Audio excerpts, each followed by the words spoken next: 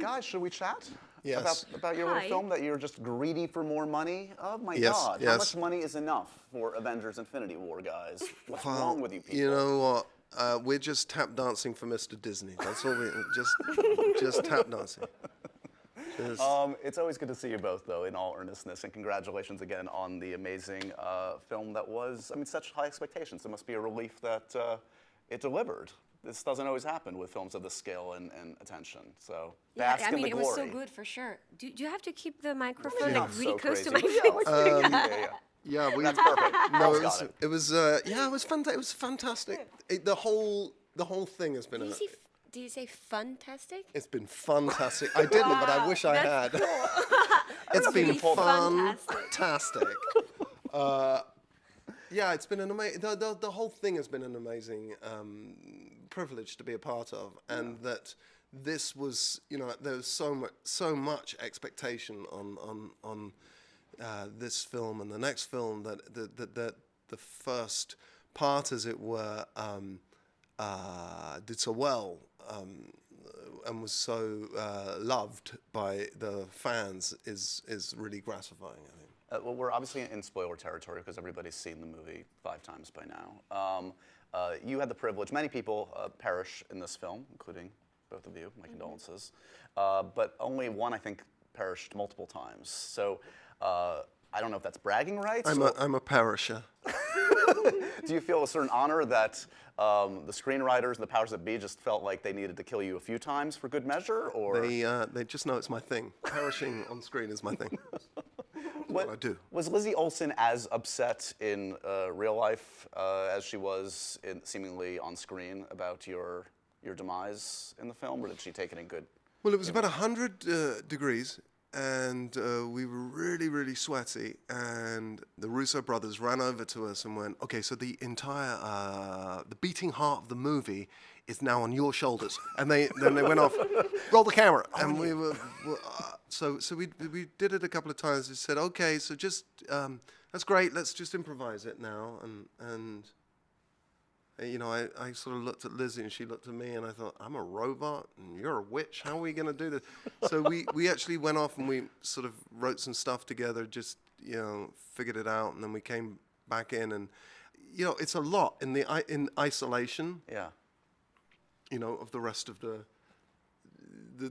plot even, to and you're To have purple. that kind of intimate moment, that crazy, Yes. And you're purple. Yep, there's and that. you've got a jewel in your head, and she's going to destroy it, and you're imagining, red things coming out of her fingers, and yet you're also trying to sort of find some sort of reality in all of this. Right. I mean, the scene was so beautiful. Made Well, me cry. when the orchestra came in, More music. but yeah, it was. I think we were both kind of like, when it was done, we were like, oh, let's just go home. Yeah. The Pom, for you, I mean, how much did you know before you saw the film at the premiere or wherever you saw it? Like, did you know who was going to make it and not make it, who was going to live and who was going to die by the end? I read a version of the script, but I'm not sure it was a real script or a fake one that they gave me. Got it. And yeah, I mean, there's so much going on that I don't even remember. Right. So so were you kind of like also both kind of in shock a little bit, having seen the finished product? Like, were you surprised? No, by because things you saw? I knew that it was not going well at the end. Things were it would be like kind bad of dramatic and leave people kind of like hanging and oh my God, what's going on? And I think it was really well done. Yeah. So how much of a handle do you have relative to like what you knew about Avengers 3 and Infinity War, of like how much do you know literally of like the finished script of Avengers 4? Like, do you know even what happens, or not so much? Snitches end up in ditches We don't know. with stitches. I'm not asking you to reveal. I'm just asking if you know the story.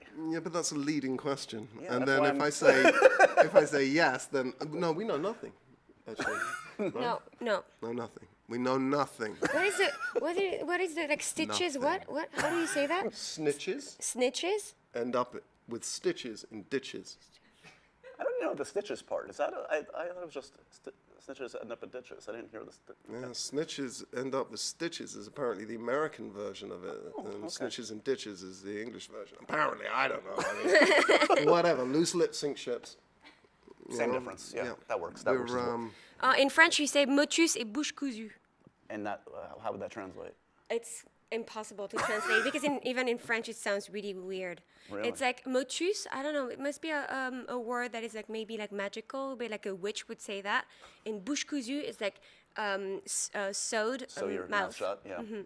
So your mouth shut. That's really vivid. That's a quite imagery there. Okay. Well, let me ask you this: do you think Avengers 4 will traumatize audiences as much as Avengers 3 did?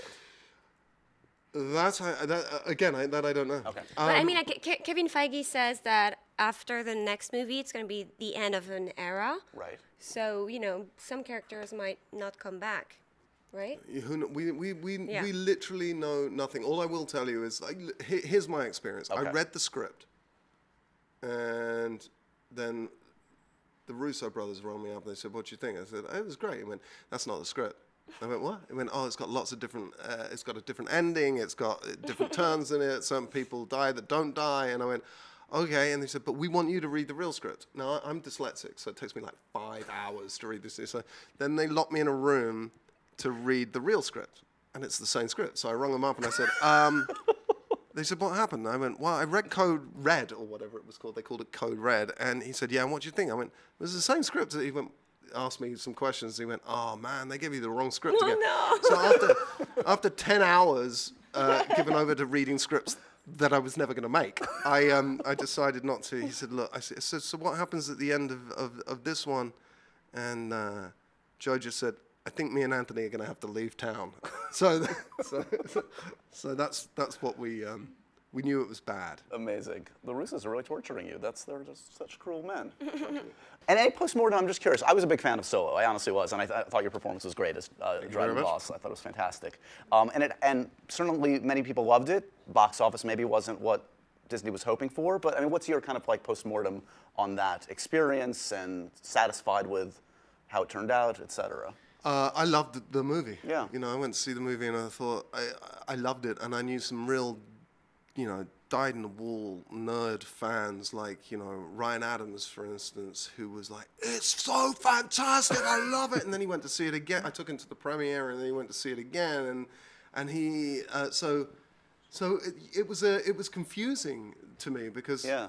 I thought the story was so great. I thought the execution was so great. So it was surprising to me. But then it's also peculiar being in a movie that makes hundreds of millions of dollars, and people go, "It's just not enough, hundreds of millions of dollars." And you go, "Oh, okay."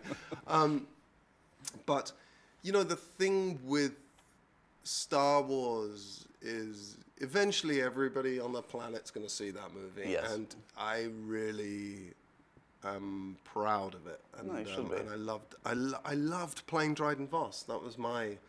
I loved him. He's He a was- delicious kind of he character. was He's a lot of fun. delicious, Yeah, yeah. yeah.